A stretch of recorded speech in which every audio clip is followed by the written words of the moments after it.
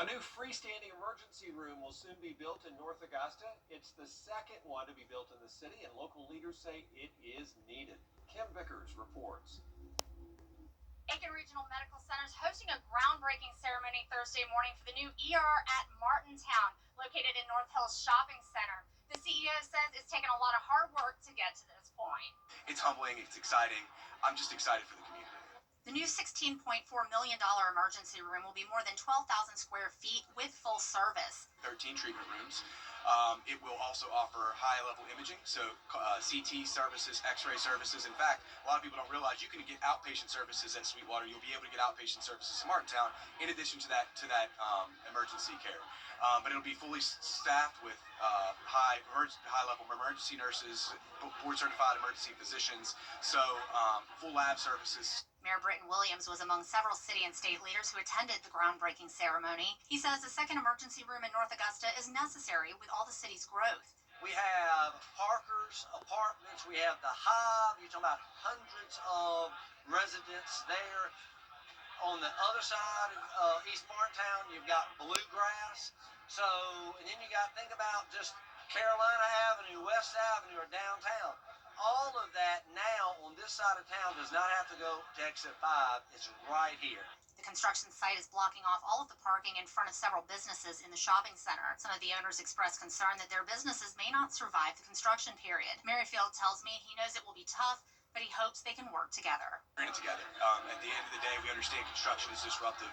We are going to be great partners to them. We want them to be as successful as they can possibly be. We're hopeful that actually us being here will bring a lot more foot traffic in and around their businesses to help them grow alongside of us. As you can see, construction on the project has already begun. The new ER at Martintown is expected to open in the fall of 2026. In North Augusta, Kim Vickers, WJBF, News Channel 6. A member of the Augusta Charters Review Committee blasting the decision of the city's newest commissioner, Robert France, has been replaced on the Charter Committee, but saying without due process. France was appointed by Commissioner Tanya Barnhill-Turnley, who was defeated by Lonnie Wimberly last week. Then Wimberly replaced France. At today's meeting, France was given the opportunity to express his outrage at Wimberly's decision. Some of the language is disturbing. I'm being ambushed. I'm being lynched. I'm not being lynched by somebody walking around wearing hoods. I'm being lynched by people that look like me. Wimberly was also at the meeting and said there was nothing improper about what he did.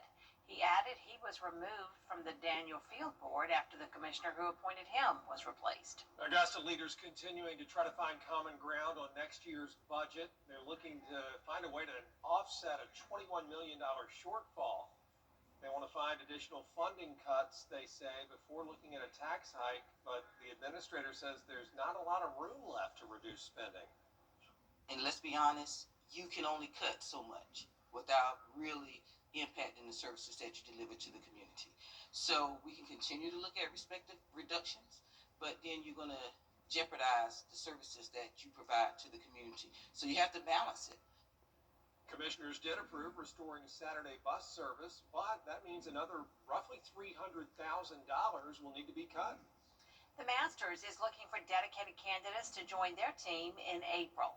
A job expo is underway at the Hub for Community Innovation until 6 o'clock tonight.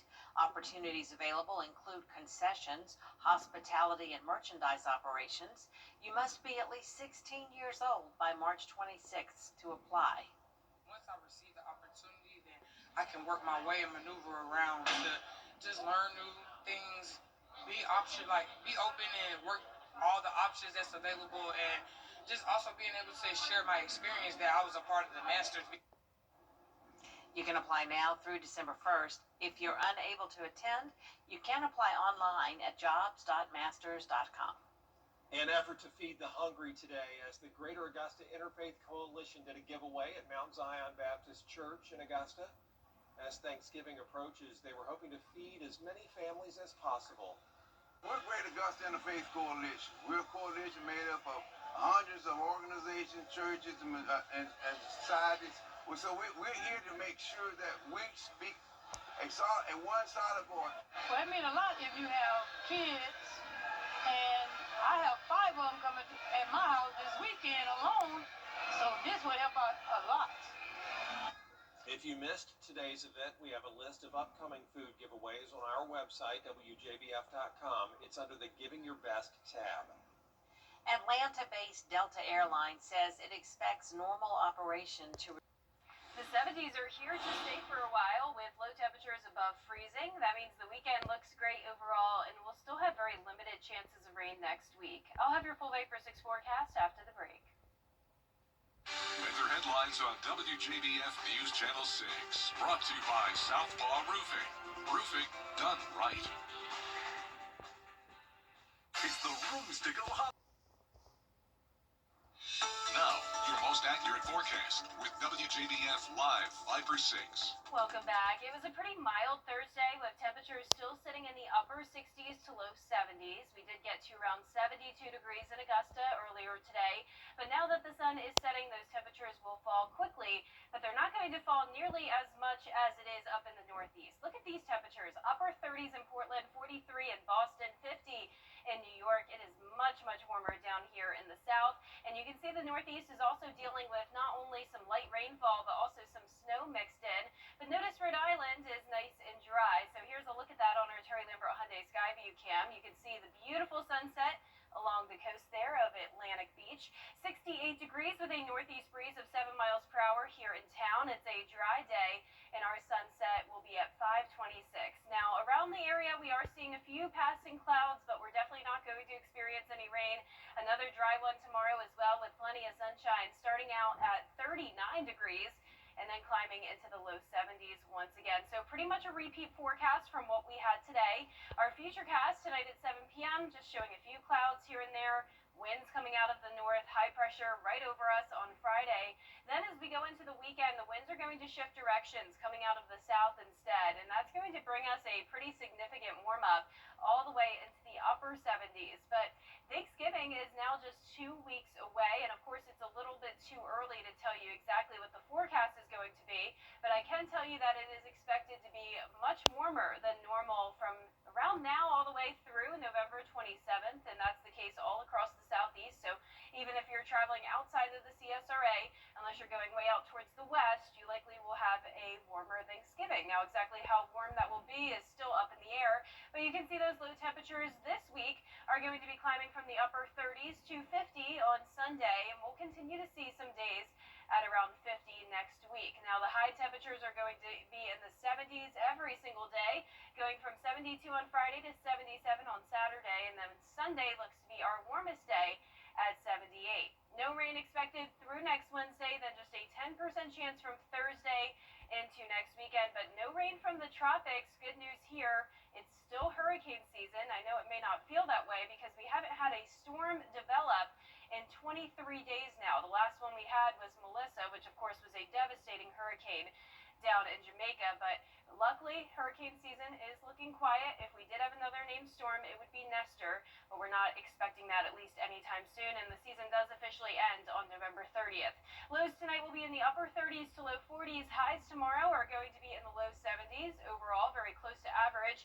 And here's a look at your 10-day forecast. Nice sunny skies with temperatures warming up this weekend, and we'll continue to see those 70s next week with just a 10 to 20% chance of rain. Now we have a new and exciting addition to WJBF 6 Plus. Our Live Viper 6 weather team has been busy working on a podcast. Let's take a look.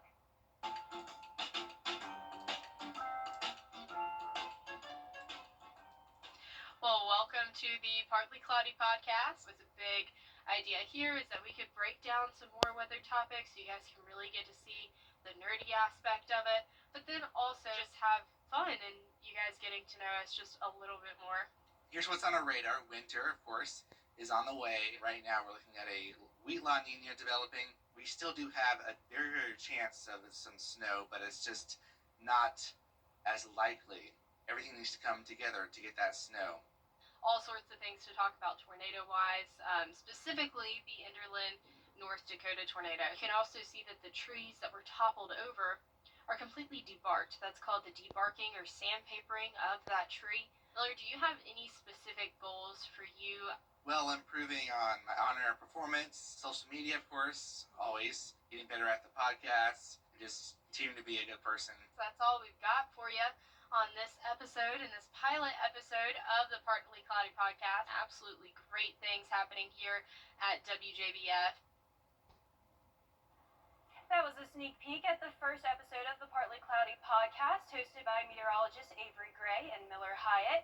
You can start streaming the show tomorrow on WJBF 6 Plus. Love the name.